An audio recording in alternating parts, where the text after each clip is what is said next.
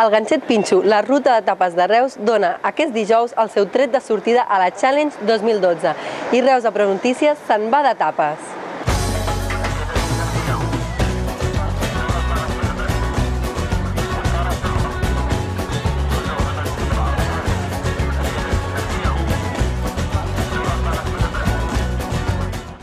Isaac Sanromà, president de la cambra, Alicia Alegret, primera tinent d'alcalde, i Jaume Batista, coordinador de la ganxet Pinxo, ens explicaven els secrets i novetats de la primera edició de l'any de la ruta de tapes de Reus. La mecànica serà molt semblant a la primera edició.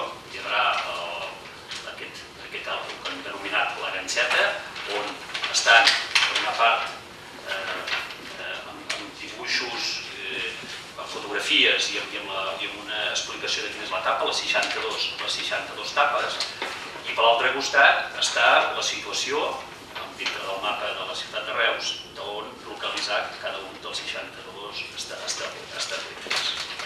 Alicia Alegret feia referència a l'impacte econòmic de la ganxet Pinxo. L'èxit de la passada edició va ser evident, va contribuir a reforçar la capitalitat gastronòmica i comercial que ja tenia la ciutat i esperem que ara tots els factors que tenim sobre la taula torni a ser un èxit.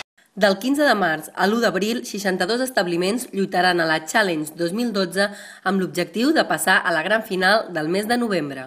El jurat serà entre 5 i 8 persones, seran persones que entenen de restauració, però serà també un jurat secret perquè no rebin pressions.